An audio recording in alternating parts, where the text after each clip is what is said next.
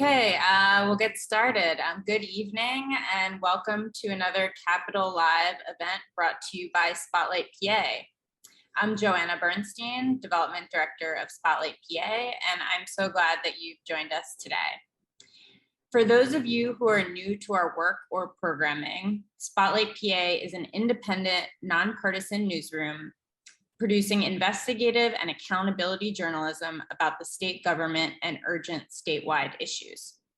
We share all of our journalism at no cost with dozens of other newsrooms across the state, all part of our mission to better inform and empower all Pennsylvanians. Our journalism is driven by a deep sense of public service, and it's powered by you, our readers and members. None of this work, this event, our many newsletters, or our investigative journalism is possible without your support.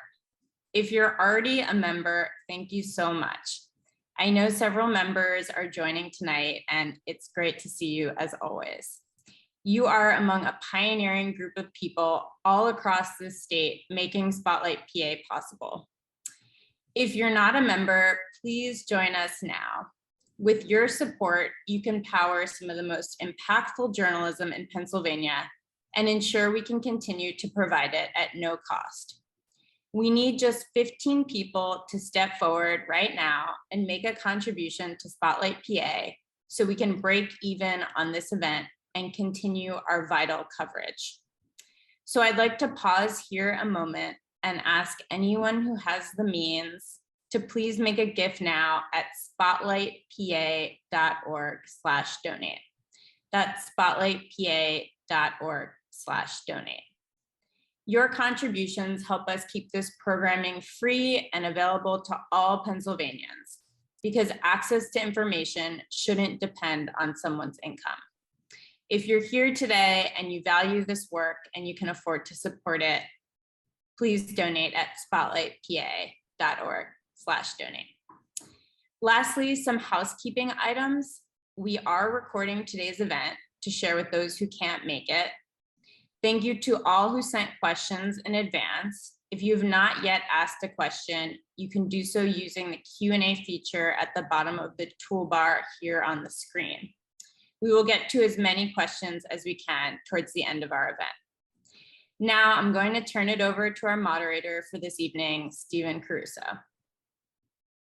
Thanks, Joanna. Hello, everyone. Thank you for taking time out of your Tuesday night to hear about state government. I think it's pretty important, or I wouldn't be doing this job. So now joining me to talk about the Pennsylvania budget is going to be Phyllis Chamberlain, the Executive Director of the Housing Alliance of Pennsylvania. That's a statewide coalition of community groups that advocates for more accessible housing. Myron Aronwit, Pennsylvania Director of Clean Water Action, a national organization that campaigns to elect environmental candidates and solve environmental problems. And Jonathan Berger, Senior Director of Government Affairs for the Pennsylvania School Board Association, which represents more than 6,000 school board directors, superintendents, career and technical center administrators, and other school district personnel. So kind of, to get started, we're talking about the state budget. So it's a $45 billion general spending plan was just passed earlier this month. It also includes $2.2 billion in federal stimulus spending. So that's money that came from the 2021 American Rescue Plan passed by Congress and signed by Joe Biden. Governor Tom Wolf, a Democrat, as he has in earlier budgets, he asked for more education funding. That was one of his key issues as governor. And the legislature did give him that, as we're going to get into. And they also spent a lot of that stimulus money, the rest of it, on the housing issues and environmental issues. In return for that, Wolf agreed to some big Republican policy wins. He agreed to a corporate tax cut, an increase in a private school scholarship tax credit, and he blocked some regulatory actions on charter schools in the oil and gas industry. We're going to get into all this over the next hour or so, but we're going to start with education. I think that's an issue a lot of people care about. And depending on how you count it, you can easily say his budget puts about $1 billion towards primary, secondary, and higher education. So Jonathan, we're going to start with you to break that down.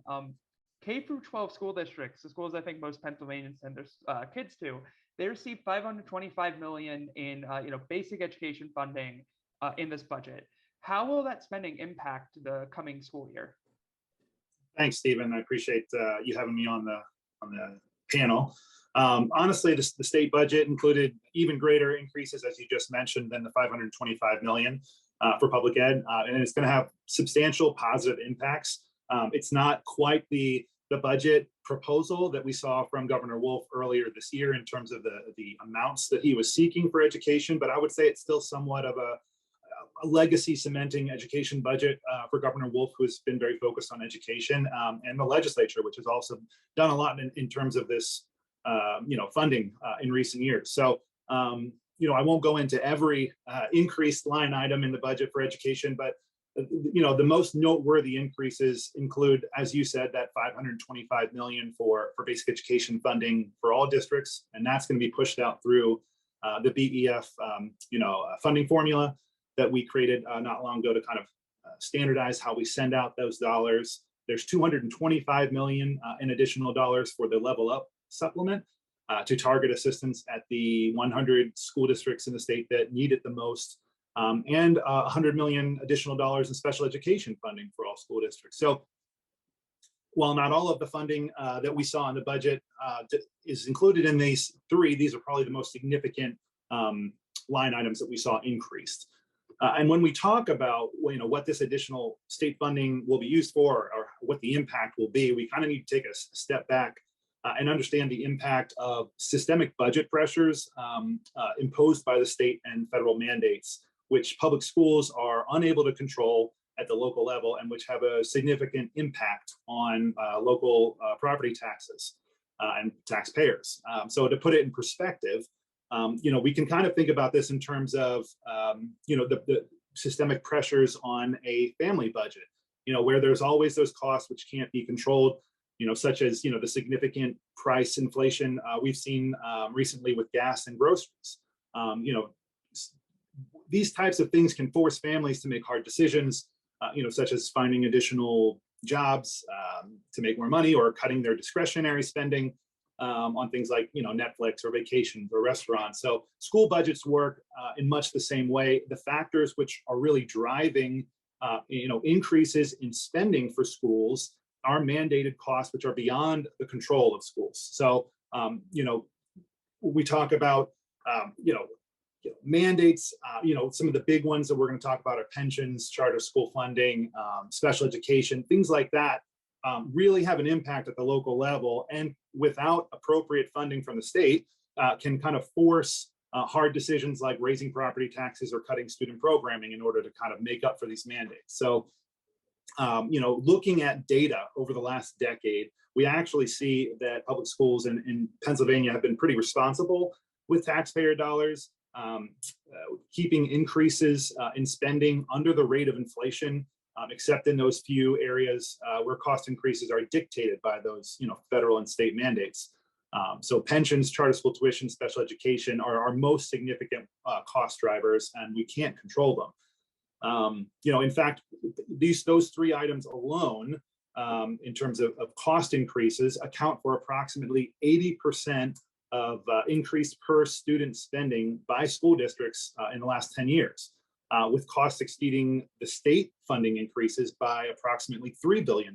So billions of dollars of additional required spending from the state and federal governments, which are being made up at the local level. So with Pennsylvania ranking 45th out of 50 states in terms of the state's share of education spending, this increased funding that we see in this budget will hopefully be able to help address years of underfunding by the state and allow public schools to invest more directly into the classroom, additional student programming and other services, rather than simply maintaining or reducing student opportunities as we've seen in the past, or increasing local property taxes, or likely both in many districts. So I think it's more about keeping pace with requirements and ensuring that districts are in a healthy financial situation to continue to provide services and hopefully do more for students, rather than continue to have to raise taxes and cut based on these pretty expensive mandates that are handed down to us. So in terms of how this is going to impact education, it's a very big, significant step in the right direction in terms of funding.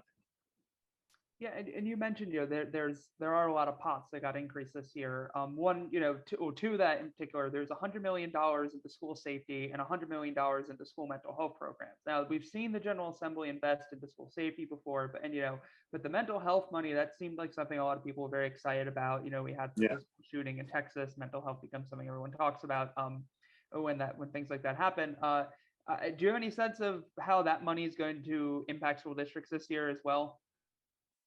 Yeah, it's a really good question. So, mental health funding actually was one of PSBA's highest advocacy priorities in the budget. Obviously, we're always pushing for more basic ed, special ed, the level up funding.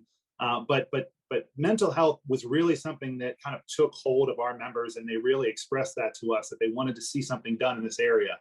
And so PSBA was very pleased. We were able to work with and partner with Representative Jason Ortitai, who had championed this issue for our members. He introduced a bill, House Bill 2468, not the exact language that got done, but the concept was there in the final budget proposal in the omnibus. So we really appreciate, the work that he did on this, in trying to address the issue.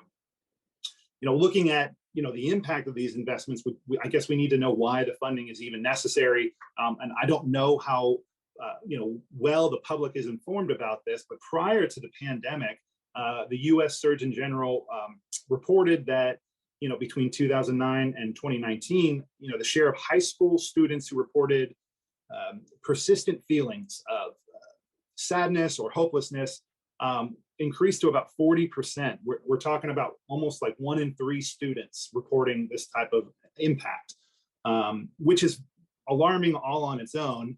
But once the pandemic hit, when COVID-19 kind of took root, and schools had to shut down, this also caused kind of a cascading effect into student mental health as well, and intensified that decline in mental health among students. So in the 2022 PSBA State of Education report, we examined the impact of the pandemic on public education, and surveyed every district to find out, where are your areas of need? And nearly 86% of districts identified addressing mental health as one of the biggest instructional challenges, not just a challenge, but specifically instructional. The core mission of public schools is always going to be focused on student learning, kind of the basic skills that you need in life. However, mental health challenges are always going to present, somewhat of a crippling impediment to student success. So in order to accomplish our core mission of education, we actually have to focus on the student as a whole. So, this has been an area of really growing concern for our members and all kind of education leaders across the Commonwealth.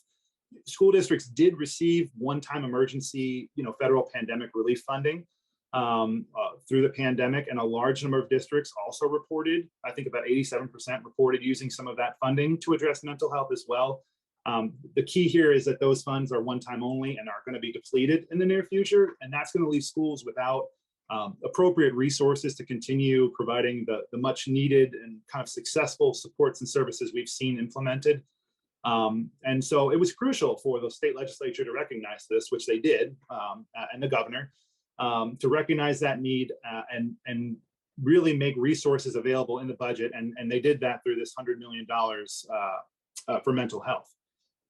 That grant program, which is going to encompass almost all of those funds, is a new program that is going to ensure that every public school receives at least some funding, and that funding can be used for a variety of purposes to meet the unique needs of each community. So, this is going to take the form of maybe connecting students with counselors, training school staff on mental health awareness and response, crisis intervention, positive behavior programs, things like that. So in every district, every community, it might look a little bit different, but a significant need, and one that, while the pandemic accelerated it and we were able to use some federal dollars for it, is something that we're probably going to be dealing with for a number of years into the future. So we were extremely excited to see that money.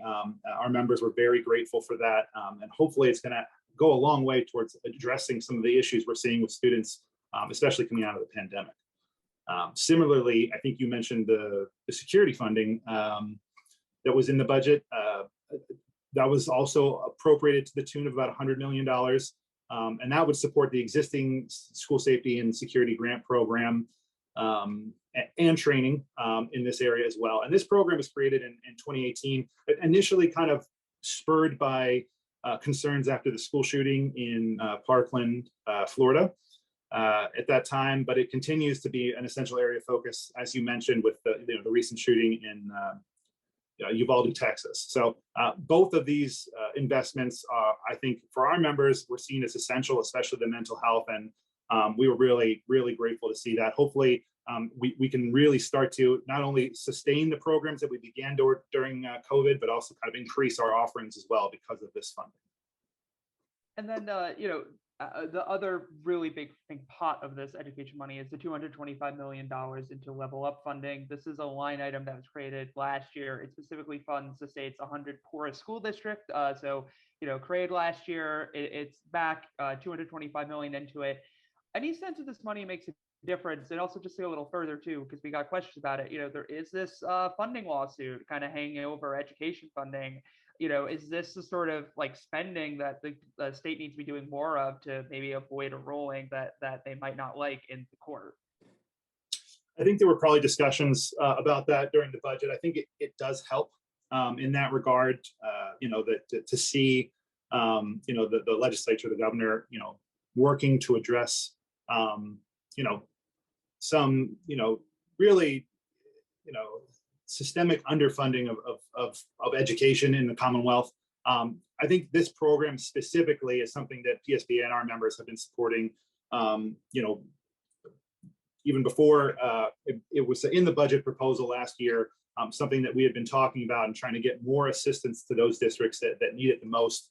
And we were grateful that state budget, or this state budget, included $225 million additional dollars for that purpose. We're only a year into the new initiative. It's hard to fully quantify the impact due to a lack of available data. Normally the Department of Ed, PDE, is about a little bit more than a year behind in terms of reporting some of that stuff. So it's not all the data is not necessarily available for us right now, but we know that the initiative is a step in the right direction.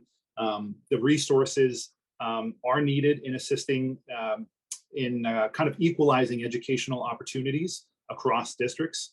And in sustaining kind of the steadily improving foundation of education for students in the district who have kind of been plagued for years with that underfunding. So, I would say, especially for those districts that received this funding, as mandated costs rise, and we talked a little bit about mandates already, as mandated costs rise and state funding fails to keep pace, districts have to rely on property taxes to make up the difference.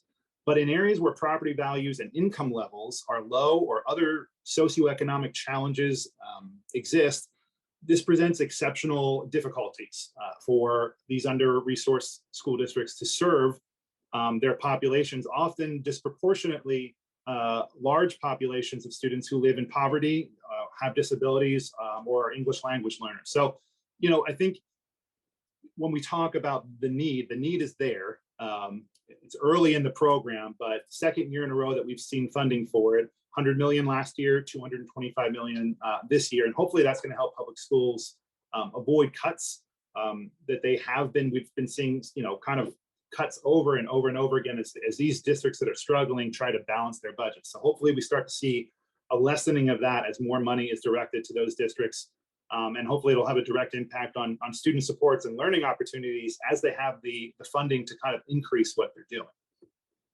In terms of the connection back to the lawsuit, which is interesting timing because today, I believe, was the final kind of closing arguments in Commonwealth Court that were taking place today. So we'll see, in the coming months, hopefully soon, we'll see where that's headed with the lawsuit. But there is a constitutional obligation to provide a thorough and efficient system of education in this Commonwealth.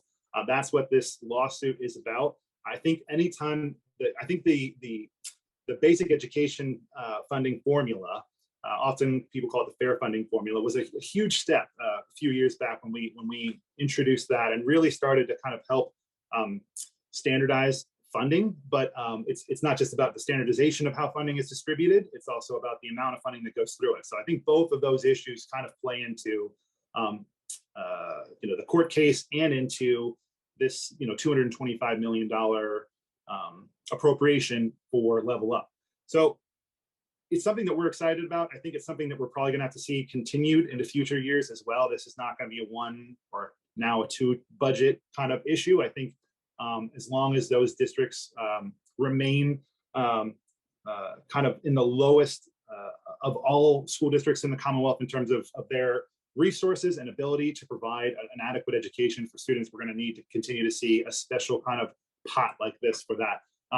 As we see more and more money, though, go through the I'll call it the FAIR funding formula, the DEF funding formula, as we see more and more money going through that, this type of thing will be less necessary. So it'll kind of be a balancing act going into the future. But for now, we need to get all districts money, and some districts need a little bit more to catch up. And then that's kind of what this is about. And our members were very grateful to see this included in the budget.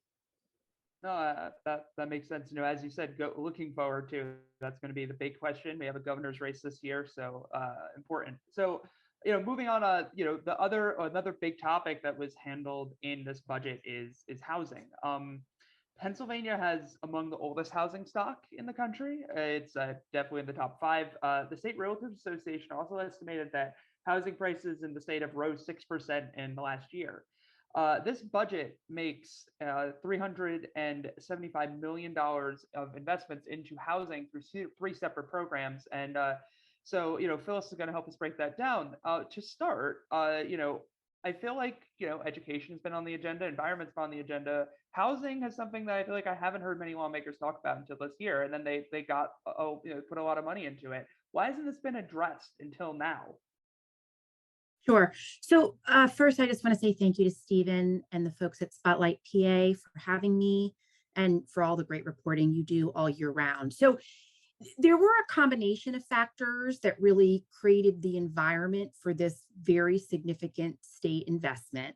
And the first is that everybody is feeling the pinch of rising housing costs, whether you're a homeowner, whether you're a renter, and really no matter your income level.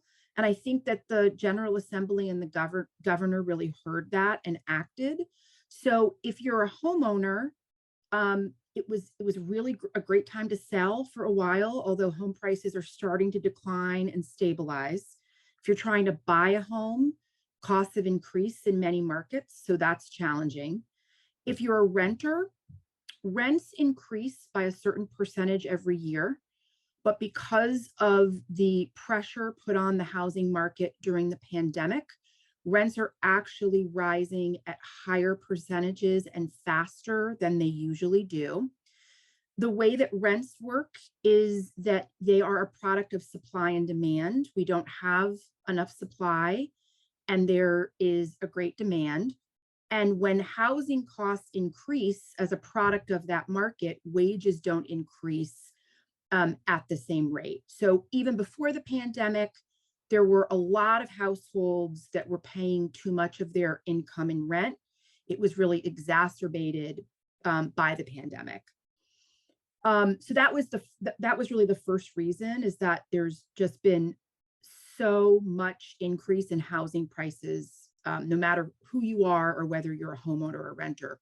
The second issue was the state did have significant dollars to spend. You had already mentioned the Federal American Rescue Plan. In addition to specific funding for specific programs and issues, the federal government provided every state with a decent chunk of discretionary money to decide how to spend. And Pennsylvania chose to spend some of that money on housing for all the reasons I just said. And then I will say that the third is that housing has been a bipartisan issue in Pennsylvania. We all know that politics can be very partisan, but the issue of housing over the last several years, it hasn't been a solely Democratic issue. It hasn't been a solely Republican issue. So I think that all of those factors came together to create the environment that led to this $375 million one-time investment in housing. And, I think a program that a lot of people are excited about is the whole home repairs program. And, it was included in the budget offered by Senator Nikhil Saval. What, and I know it's early, so we're still kind of waiting some details, but do you have any sense of why people are so excited for it? Like, why is this a program that it seems like a lot of people have gotten behind and are kind of putting their hopes on as like a good show of how Pennsylvania can be a leader in policy instead of a follower? Yes, definitely. I'm also very excited about the program. It is the first statewide funding dedicated to home repair, and it's intending to achieve a few goals. So you already mentioned Pennsylvania does have among the oldest housing stock in the country. Actually, almost half of homes were built prior to 1959, and about a quarter were built before 1939. So a lot of old housing. And if people, both homeowners and landlords who have rental units, if they haven't been able to put some funding into making repairs, that housing stock is suffering. It could be leading to some pretty significant health and safety issues if the landlord or the homeowner can't really keep that housing up to basic standards. So what we know so far is that money will be available to both homeowners and to landlords, small landlords, up to $50,000 per unit.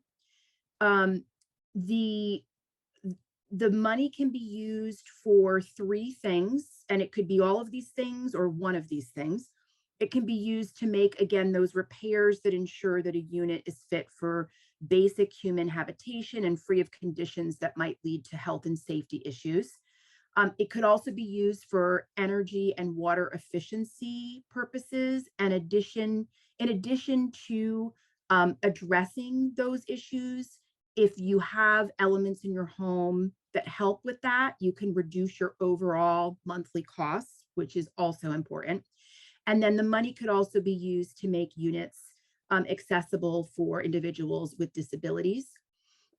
Homeowners do have to meet a certain income threshold. It's going to be 80% of whatever the area's median income is. That differs by county. So rather than talk about what level of income you actually need, it would be better when the information's available to just be able to go to the website, which is not yet available. And for landlords, the loans could turn into grants, so what's called forgivable loans, if certain criteria is met. So in addition to funding the home repairs, the energy and water efficiency upgrades, and then also accessibility for people with disabilities, there are two other goals for the program. One is to coordinate the existing resources, federal, state, and local funds that already exist, always a good thing. And then the other is actually to invest in workforce development programs so that training is available to more people to provide the work that this program is intending to fund. And do you have any sense of the program as written? Is there any mechanism to make sure that money is spread out across the Commonwealth instead of just, I feel like this is always something people talk about, like making sure money doesn't just go to Philly or Pittsburgh or, go to one part of the state. Do you have any sense if there's a mechanism to make sure that kind of everyone gets a share of the money? There is some language included that talks about geographic diversity, but that is not further defined, and it will end up being further defined by the agency, the state agency that's going to be running the program. And then also, so whole homes repair, that's 125 million, but it's a 375 million investment overall, like from the state.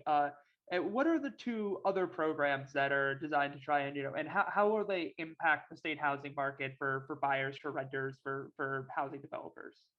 Sure. So both programs will be available to housing developers and nonprofit organizations to help finance new housing, to rehab existing, or to preserve. One program is called the Development Cost Relief Program. It was funded with $50 million in last year's budget cycle. And the reason and the purpose of it is that When developers and nonprofits receive financing to create affordable housing, because of the pandemic, a lot of their costs have gone up, mostly related to supply chain issues. Lumber became more expensive. So many of those developers and nonprofits were having a very hard time making those deals work. And those housing deals were actually at risk of not moving forward. And we would be not using all the federal and state financing that was available. So one program, the Development Cost Relief Program, will fill in gaps in the financing. And then the other program is a new program called the Housing Options Grant Program. And the language included in the budget is fairly broad. It says that it can be used for building new units, rehabbing existing properties, or preserving. There is some language also in there about geographic diversity, but we're still waiting on the details of those programs. I mean, both programs are really important. There's a scarcity of quality homes, and this will allow us to fill in some gaps in the resources to finance those homes. The other similarity between the two programs is that they are intended to work with other resources that really incentivize private investment so that we will have more quality homes available across the state. Yeah, thank you. And then, so, housing was one of the other really big pots, and the other really big one is conservation and conservation spending. So $640 million of stimulus money was put into money mostly for clean water, conservation, parks, maintaining water and sewer systems. According to Republicans, this is one of the biggest investments made in, I think, state history. So kind of to talk about that, we have Myron from Clean Water Action. And looking at all the spending, it seems like the unifying issue of it is water. It is water systems, water quality. Do you have any sense of like how that, why that is, and then how people might actually see that in their everyday life of like what changes in what spending on water does for them? Sure. Well, I think thanks for having us here, and also just for putting this together. I think understanding what's happening at the state level of government is so crucial for so many of the issues we're talking about. There are some really interesting ways in which water connects all sorts of different problems. When you look at what was done in this state budget, and it really is very unusual for there to be a state budget season where we are actually seeing new investment in environmental programs. Usually we spend the state budget season, trying to make sure things don't get cut or that things aren't changed in a negative way around the environment. So it was a very different world. This budget tackles a number of long-standing water-related issues. The effort to get pollution from agriculture addressed is really significant and really one of the major items in the budget. Agriculture is one of what you might call the big three water pollution issues in the state right now. When you look at streams and why we can't fish in them, why we can't swim in them, why we can't drink them, the top three causes are agriculture, urban and suburban runoff, and acid mine drainage. So one of the big problems that people may not be aware is that agriculture as an activity is mostly exempted from many of the clean water laws we have, and that goes way back. And so there needs to be other ways to address these issues, and especially with the problems with the Chesapeake Bay and the combined pollution from Pennsylvania, Maryland, and other states that all goes into the Chesapeake. There's been this renewed effort to address this problem and to get farms on board with operating in ways that help protect the water.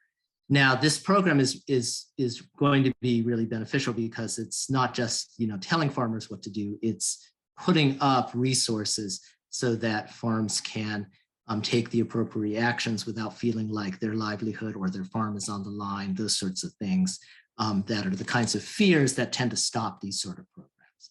So this is something which is really, I think, beneficial. And it's not just about, we talk about like Chesapeake, and it's like, this is not just about like saving crabs in Maryland, right? Like this is about the thousands of miles of streams we have in Pennsylvania that are polluted by agricultural runoff, and we need to have a way to address this problem. This funding is a really good way to step in and make some real progress. Some of the other issues addressed really go along with some of the thinking that you're seeing federally around water infrastructure funding, the need to tackle problems like lead service line replacement so that we're not having lead in our drinking water, the various problems with stormwater and flooding which need to be addressed. These are the sorts of programs that could, this type of funding can impact and make real difference to people's to people's lives in Pennsylvania.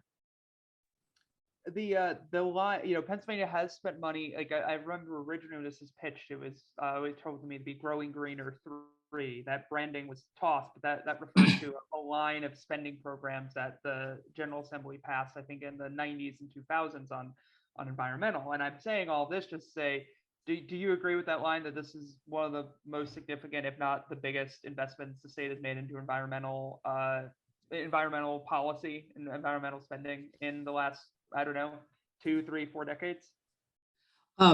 It's certainly a major investment. I mean, I think it's comparable to some of the other big one-time investments for sure, in terms of dollar amount. There is a lot that goes on around water investment that, you don't see all at once, right? So sometimes it's hard to compare, like it's something, the biggest if it's, all in 1 year as opposed to, 20 years, little by little. So there are different ways of looking at it, but this is certainly a major investment. Yeah. And you did mention the Chesapeake Bay, and that's something I did want to bring up, is that, Pennsylvania is part of the Chesapeake Bay watershed. Susquehanna River, which runs right through our state, empties in the Chesapeake. Susquehanna runs through Lancaster County, or along Lancaster, along York, Dauphin. A lot of farmland drains into there, and there's a lawsuit against the EPA that's saying that Pennsylvania is failing to reach its own spending goals to like clean up the bay. Do you think that this legal action played any role in the fact that Pennsylvania lawmakers were willing to come to the table and say, all right, this is the year, we have the money, we need to spend on this? Right. Well, I mean, there are 2 reasons why all of this action on the environment happened. And one, as we've talked about before with the other issues, it's the American Rescue Plan, right? Like if Congress had never passed that, we wouldn't be having this conversation. I think the second piece is, as you're bringing up, EPA is starting to get serious with Pennsylvania about pollution from Pennsylvania going downstream, and our failure to act. And really, Pennsylvania has been kind of the problem child of action around the Chesapeake Bay. It's been known for a while.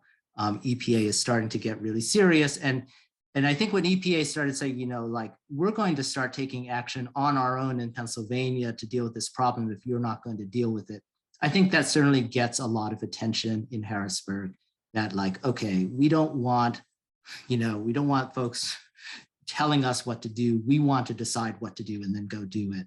And I think this budget is really like a very serious response to EPA, like, okay, we get it. Like there's stuff we need to do, and we're going to move in the right direction. We'll see how EPA responds.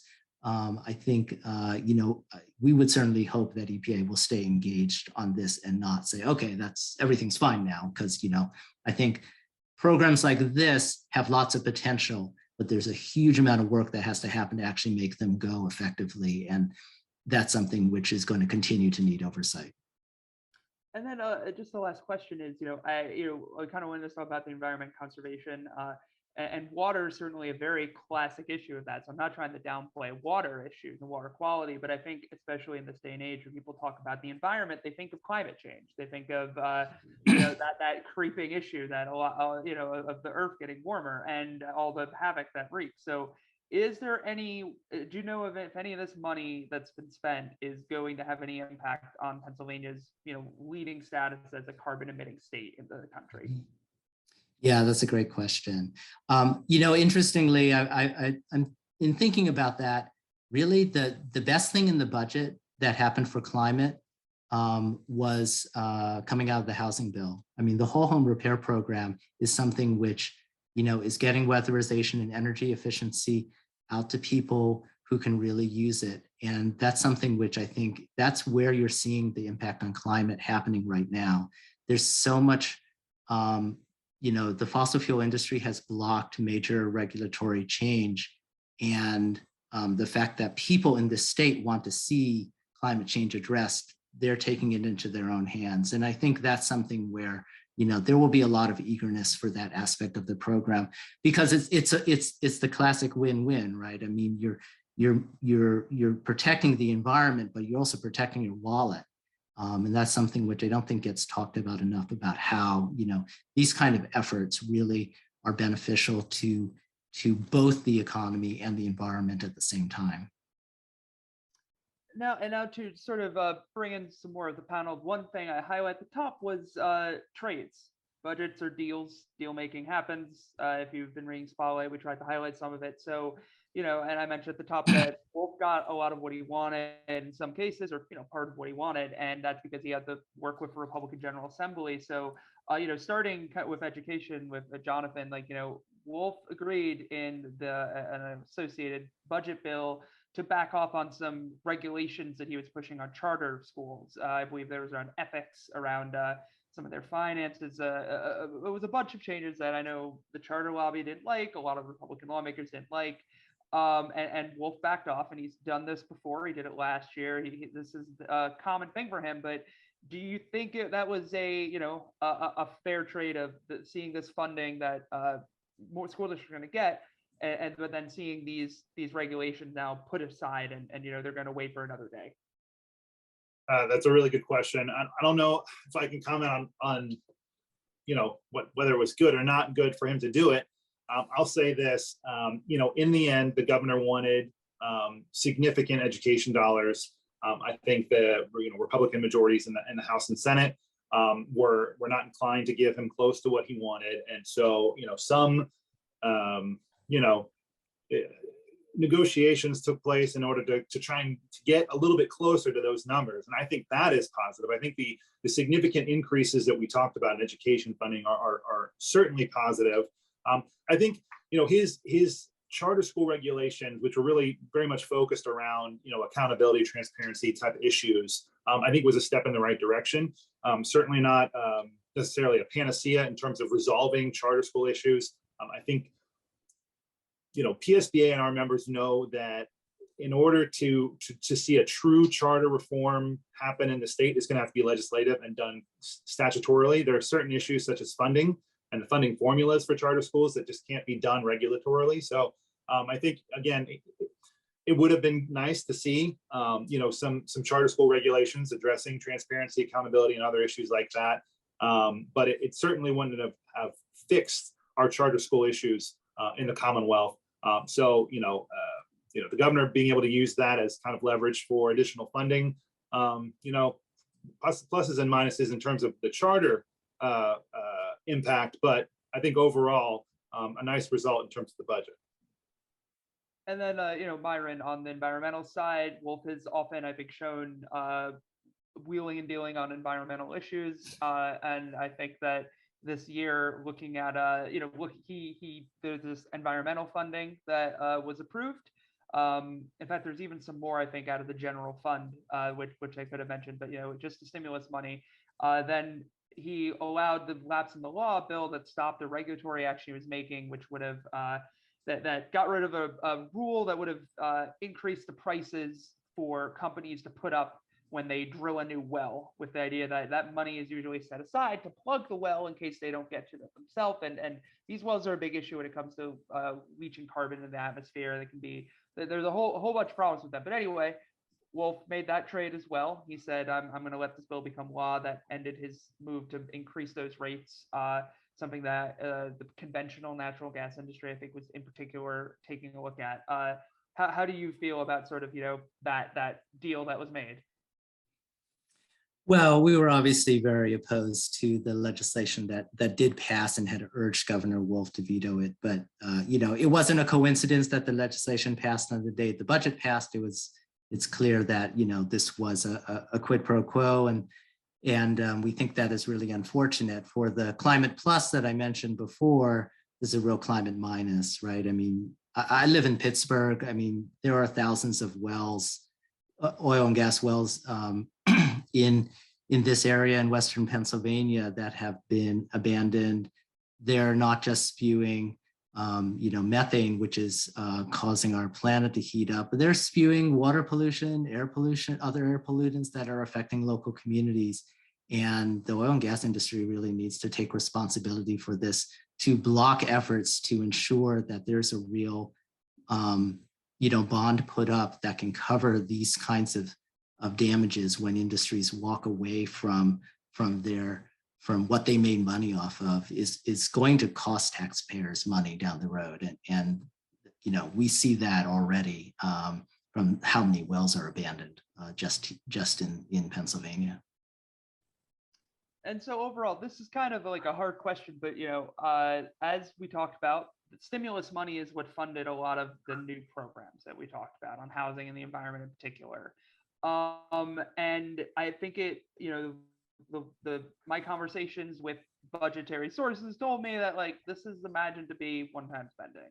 But is there any shot, particularly for Phyllis, Myron, do you see this as a starting point for the states to be taking these issues more seriously? Obviously, you need money for that. The state did have a surplus this year as well, but I don't know, how are you looking forward to the future given the spending on these topics this year?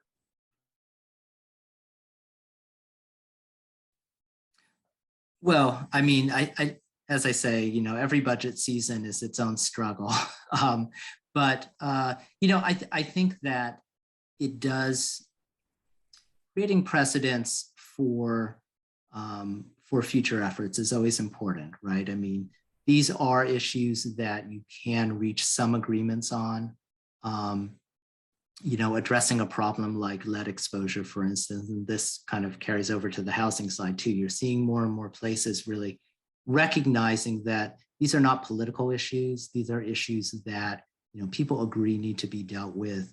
And I find that, generally speaking, things that we supposedly can't afford are things that there's disagreement over whether or not we actually think it's important to deal with them.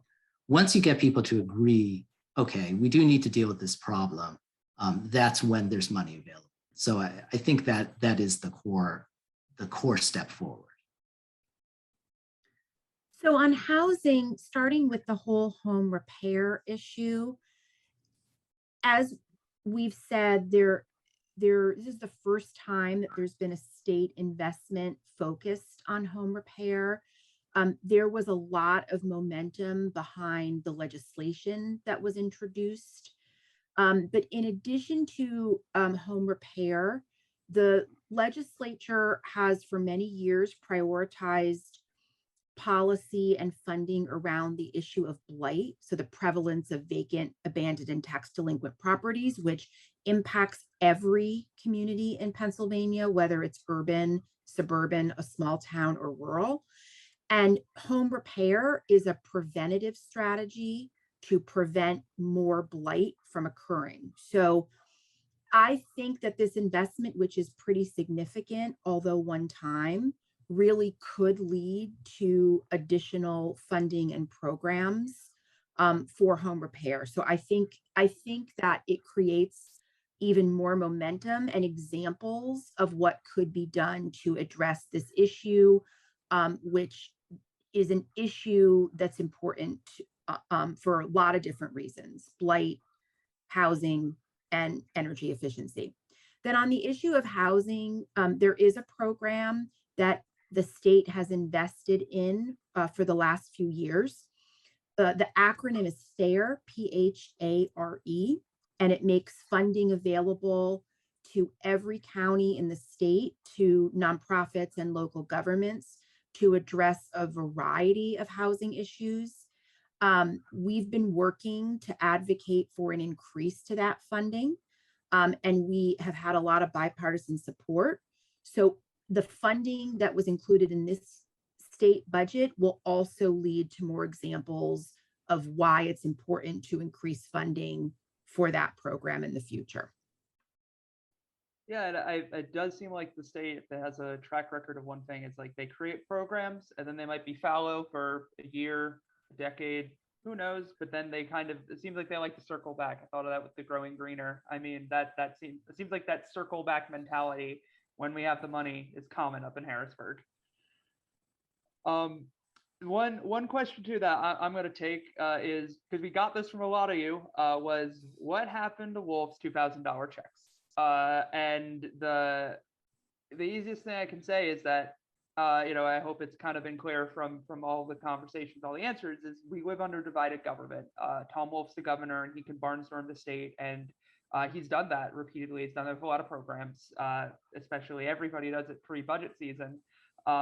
And he came up with this idea to send $2,000 checks to, I believe, every household making under 70, or maybe it was $80,000. But Republicans just wouldn't go along with it, who control the General Assembly. And Jason Gottesman, a spokesperson for House Republicans, what he said when asked about it, and this is an answer I've heard, from pretty much, I would say it's a general Republican opinion on it, is that, this is the same bad policy coming from another Democrat to artificially prop up the economy that's led to the same inflation problems that we've seen across the country. So divided government means that you can't, nobody gets everything. Sometimes even a trifecta means you don't get everything. If I think back to, I wasn't here, but I've heard stories about Corbett. So, for people who are asking, because we saw your questions on the $2,000 checks, that's just, it was left on the cutting floor because there weren't votes for it to get it through. And it's worth noting this pretty broad spending plan. I remember hearing lots of, I think, people concerned about passing a budget this year, and it was fashionably late, is what I've been taking to calling it. But there was pretty token opposition. There was, I think, there were under 30 no votes out of 253 lawmakers. So, and we can talk about all the details, and there are a lot of positions you can stake for and against how money was used, where it was used, why it was used.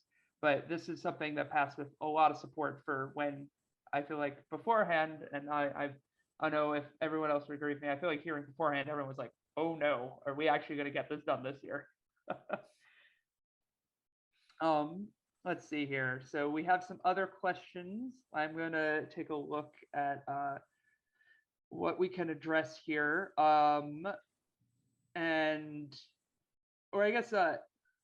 Is there anything, Jonathan, Phyllis, Myron, anything you'd want to add on sort of my little $2,000 check rants? I mean, I know all of you are not, all of you have your own topics, and no one, I don't believe any of your groups were advocating for or against, correct me if I'm wrong, but I don't know if there's anything anyone else would like to add to that. This is not our issue.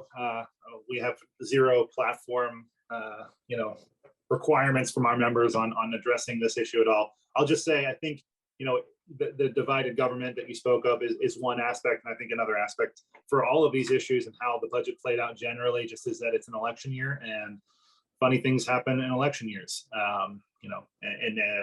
Folks are running to their base. The two parties are running to their base most of the time to try and solidify their support and kind of prepare for a general election. And so you're never going to get agreement on everything. So I think the divided government and the election together probably have had a significant impact on this budget overall, not just that specific issue, but yeah, not really our issue. And I would just add that I think the stimulus checks would have been wonderful to get cash into the hands of people who are struggling. It's not our issue either, but where it does intersect is when people need help with housing. Getting that money to them directly is often the best way to do it, particularly if they need help paying rent. But some of the ways that the housing programs work, it's actually just more efficient to have it go to a developer or a nonprofit who's going to create additional affordable housing units. So, getting money into the hands of people is super important. Sometimes for our programs, it's the best way to do it. And sometimes it actually makes sense to do it through a third party. Correct me if I'm wrong, Phyllis, too, but I believe that there have been some, I feel like I've seen a concern from people where like why they think the whole homes repair program is going to be really useful is that like there are like federal programs to help people with utility payments. There are federal programs that might help people with like other ways of affording their housing, but sometimes there are requirements that like if you have a, you know, a leaky roof, we're not going to give you money that's then going to like utility aid if it's just all going to go out into the air. And it seems like like if whole homes repair, that might be one of the advantages of just like, we're going to make sure that you have the money to make these repairs so that you're also eligible for all the other ways that we help you. And you're not just kind of stuck there with a hole in your roof and unable to afford the utilities that you already need. Yeah, so the intention is to create a bit of a one-stop shop. Forgive me for using maybe an overused cliche, but you know, if anybody has tried to get help, either a grant or loan, you know that the processes are really confusing. And like I've heard some people even say, you know, I'm a lawyer and I can't figure this out. So it's the processes are just really confusing. There's a lot of different programs that have a lot of different requirements.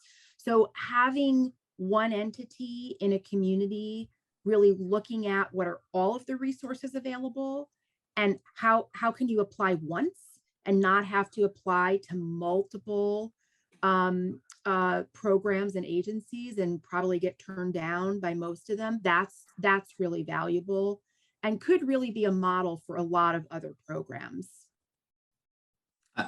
I would throw in on the water side that's a model that could really be used thoughtfully with small municipalities. We have like 1 million water systems in our state. And a lot of them have almost no capacity to even think about applying for a grant from the state. You know, they're barely trying to keep, you know, the lights on.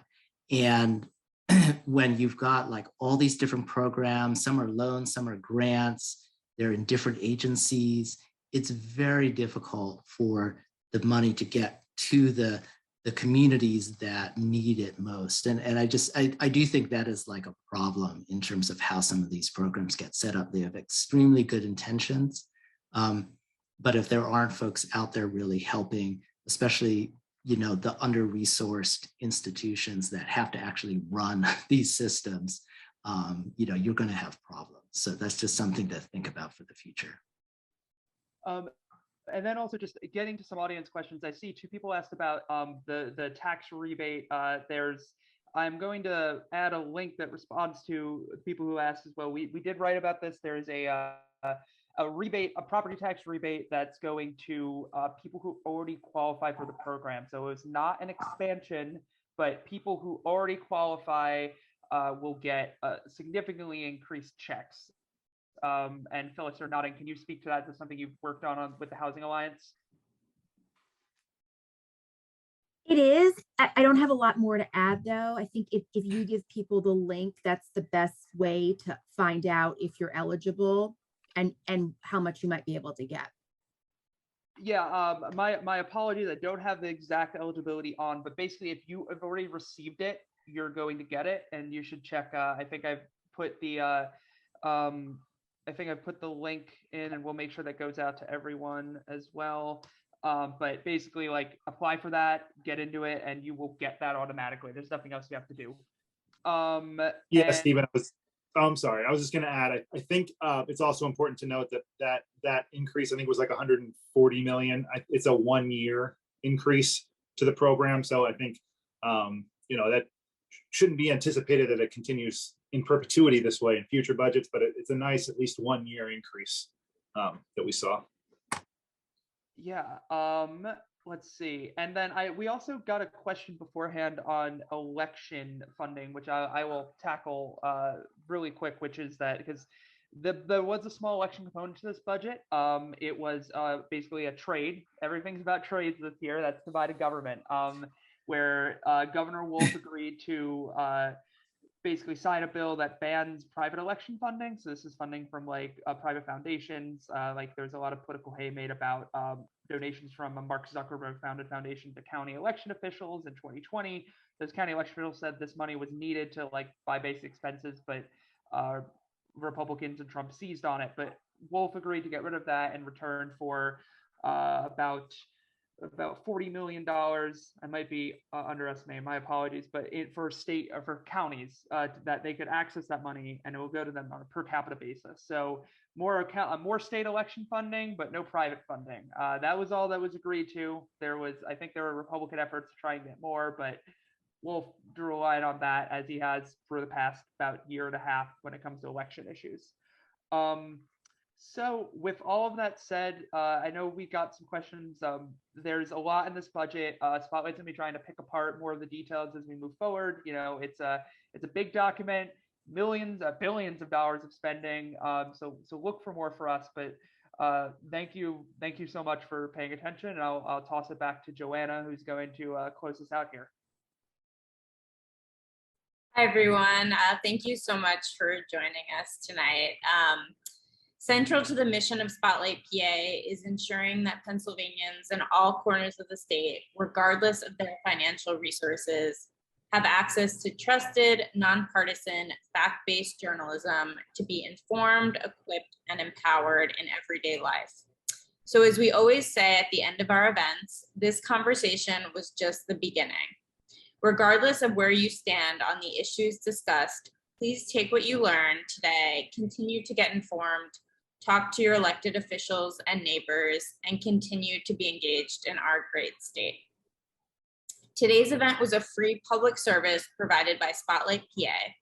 And so this is the time I'd like to remind any of you who have not yet made a contribution and are able to do so, please go to spotlightpa.org/donate now. Contributions of any amount help us keep this programming free for all, and your support goes directly back into our journalism. Thank you again to all of our members for making this event possible. Have a great rest of your week.